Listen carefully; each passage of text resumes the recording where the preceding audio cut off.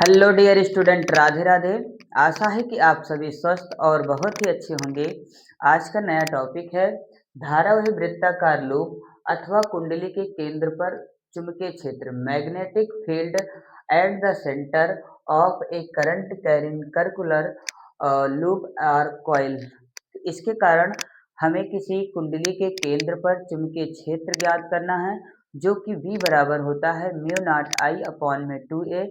और इसका शानदार हम डेरिवेशन के साथ समझेंगे। और ये हाई स्कूल में डेरिवेशन नहीं होता है, सिर्फ ओनली फार्मूला आपको V बराबर mu not I upon 2A लिखा हुआ होता है। तो इसका हम डेरिवेशन कंप्लीट देखेंगे, इसके बाद हम उसको कंप्लीट आपका डिस्क्राइब अर्थात वर्णन करेंगे। इससे तब आप समझ पाएंगे कि किसी कुंडली के केंद्र के कारण चुंबकीय क्षेत्र क्या होता है, कि धारा के अनक्रमानुपाती समानुपाती होता है। जितना आप धारा का मान बढ़ाते हैं चुंबकीय क्षेत्र बढ़ता है, तथा दूरी आप बढ़ाते हैं तो चुंबकीय क्षेत्र घटता है। तथा इस प्रकार वह किसी जो कुंडली होती है वो एक चुंबक की भांति की व्यवहार करता है। तो इसकी चर्चा हम डीपली और बेहद जबरदस्त और शानदार तरीके से करेंगे। तो आइए प्यारे बच्चों इसको सीखते हैं। तो magnetic field at the centre of a current carrying circular अर्थात लूप और कॉइल। तो एक कुंडली हम निर्माण कर लेते हैं। कुंडली किसे कहेंगे? तो एक चालक तार लंबा हो, उसको आप मोड़ दें, यानी आप उसको वृत्ताकार लूप की तरह मोड़ दें। एल लंबाई का एक चालक तार को हम वृत्ताकार रूप बना दें और उसको मोड़ दें तो वो एक प्रकार सा लूप बन जाता है। तो इस प्रकार से हम इसको मोड़ देते हैं तो यह एक वृत्ताकार लूप बन जाएगा, जिसमें हम प्लस माइनस जोड़ देते हैं, एक सेल जोड़ देते हैं, और जिसमें धारा क्या प्रवाहित होगी? प्लस से माइनस की ओर प्रवाहित होती है। और यह एक प्रकार का आप क्या बन जाएगा? एक कुंडली का निर्माण हो जाएगा, जिसमें क्या बह रही है? आई धारा प्रवाहित हो रही है। इस कुंडली का जो केंद्र है मान लेते हैं यहाँ O है, और इस कुंडली के केंद्र पर हमें भी चुंबकीय क्षेत्र क्या करना है? ज्ञात करना है। और इस त्रिज्या मान लेते हैं, इसकी जो त्रिज्या है वो क्या है? R है। तो इस कुंडली की त्रिज्या R है। कुंडली के केंद्र पर हमें चुंबकीय क्षेत्र भी ज्ञात करना है, और प्लस माइनस एक सेल जुड़ा हुआ है जिसमें I धारा क्या हो रही है? प्रवाहित हो रही है। तो इस प्रकार से हम चित्र का निर्माण कर लेते हैं।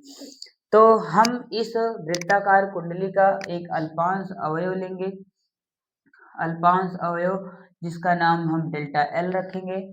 और जो केंद्र से r दूरी पर एक अल्पांश अवयव डेल्टा एल स्थित है, और जिसके कारण हमें क्या निकालना है? चुंबकीय क्षेत्र निकालना है।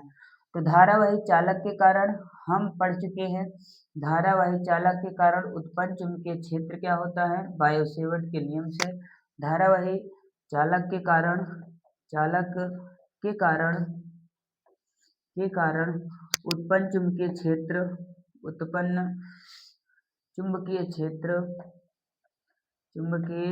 क्षेत्र B बराबर होता है म्यू नॉट अपॉन में 4 पाई, और आपका क्या होता है? I delta L sine theta, और अपॉन में क्या होता है? R square. इसके बीच में त्रिज्या आर है तो हम आर स्क्वायर रखेंगे।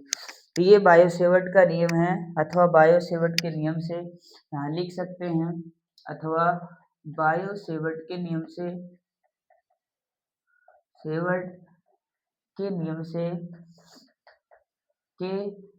से V बराबर mu not upon 4 pi, into I delta L sine theta upon में क्या होता है? R square. यहाँ आपका जो अल्पांश अवयव डेल्टा एल है, केंद्र से r दूरी पर परस्पर जो त्रिज्या होता है वह परस्पर वृत्त के परिध पर लंब होती है। तो अतः थीटा बराबर कितना होता है? 90 डिग्री, क्योंकि सभी आपकी जो त्रिज्या होती है वृत्ताकार खंड पर वो परस्पर लंब होता है। तो जो डेल्टा एल अल्पांश अवयव है केंद्र O से r दूरी पर परस्पर लंबवत है, तो थीटा बराबर 90 रखेंगे। तो चुंबकीय क्षेत्र B बराबर क्या होगा? म्यू नॉट अपॉन में 4 पाई आपका आई डेल्टा एल, और साइन 90 अंश का मान क्या होता है? 1 होता है प्यारे बच्चों। तो साइन 90 अंश का मान 1 रख देंगे। साइन 90 डिग्री बराबर होता है, इसका मान होता है 1। तो इस प्रकार आएगा आपका बी बराबर म्यू नॉट अपॉन में 4 पाई इंटू आई डेल एल, और साइन 90 अंश का मान 1 अपॉन में क्या हो जाएगा आर स्क्वायर। इसमें हम कुछ नियतांक बाहर ले लेते हैं, तो बी बराबर म्यू नॉट अपॉन में 4 pi into I R square बाहर ले लेते हैं। तो संपूर्ण चालक के कारण हम कंप्लीट संपूर्ण धारावाही चालक के कारण धारावाही संपूर्ण धारावाही कुंडली के कारण के कारण उत्पन्न चुंबकीय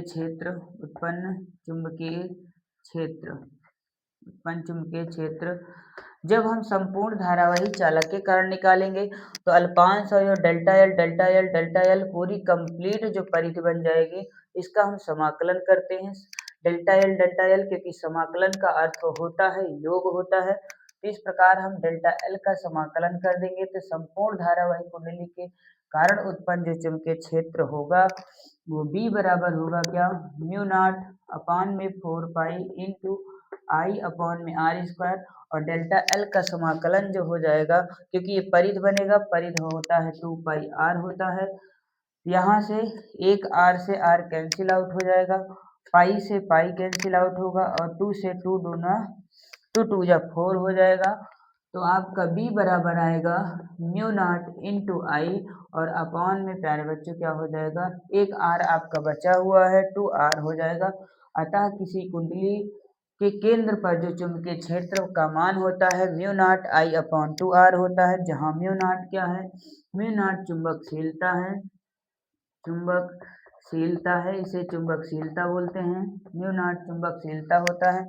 आई धारा है, यदि कुंडली में फेरों की संख्या n है तो हम म्यू नॉट क्या लिख सकते हैं, एन आई अपॉन में आपके क्या होता है 2 आर होता है।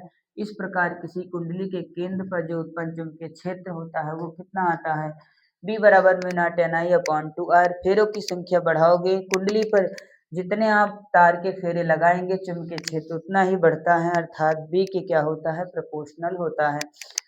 इस प्रकार हम किसी कुंडली के केंद्र पर उत्पन्न चुंबकीय क्षेत्र की गणना कर सकते हैं। अतः स्पष्ट है कि कुंडली में आई धारा प्रवाहित करने पर आई का मान बढ़ाओगे चुंबकीय क्षेत्र बढ़ता है, तथा दूरी जैसे जैसे बढ़ाते हैं चुंबकीय क्षेत्र घटता है।